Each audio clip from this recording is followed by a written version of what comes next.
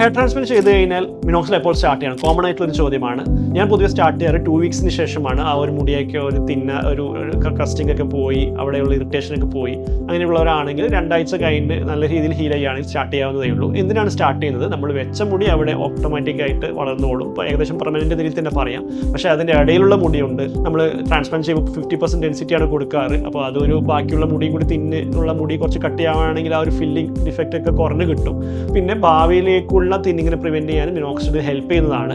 മനസ്സിലാക്കേണ്ട ഒരു കാര്യം എന്ന് പറഞ്ഞു കഴിഞ്ഞാൽ മിനോക്സിഡിൽ എന്ന് പറയുന്നത് തിന്നായിക്കൊണ്ടിരിക്കുന്ന മുടിയെ തിക്കാക്കാൻ ഹെൽപ്പ് ചെയ്യുന്നൊരു ആണ്. ഹെയർ ട്രാൻസ്പ്ലാന്റേഷൻ എന്ന് പറയുന്നത് നമ്മൾ ആ ഒരു ക്വിക്ക് ഫിക്സ് ആണ്. അത് റൂട്ടില്ലാത്തൊരു ഭാഗത്ത് മുടി എന്നാണ് അവർ വെച്ച് പിടിപ്പിക്കുന്നതിൻ്റെ ഭാഗമായിട്ട് മുടി അവിടെ എക്സ്ട്രാ ഉണ്ടാവുകയും ഇനി അതല്ല തിന്നായുള്ള ഏരിയയിൽ കുറച്ച് ഡെൻസിറ്റി ഒരു പെർമനന്റ് രീതിയിലേക്ക് കിട്ടാനും വേണ്ടിയിട്ടാണ് ഹെയർ ട്രാൻസ്പ്ലാന്റ് ചെയ്യുന്നത്.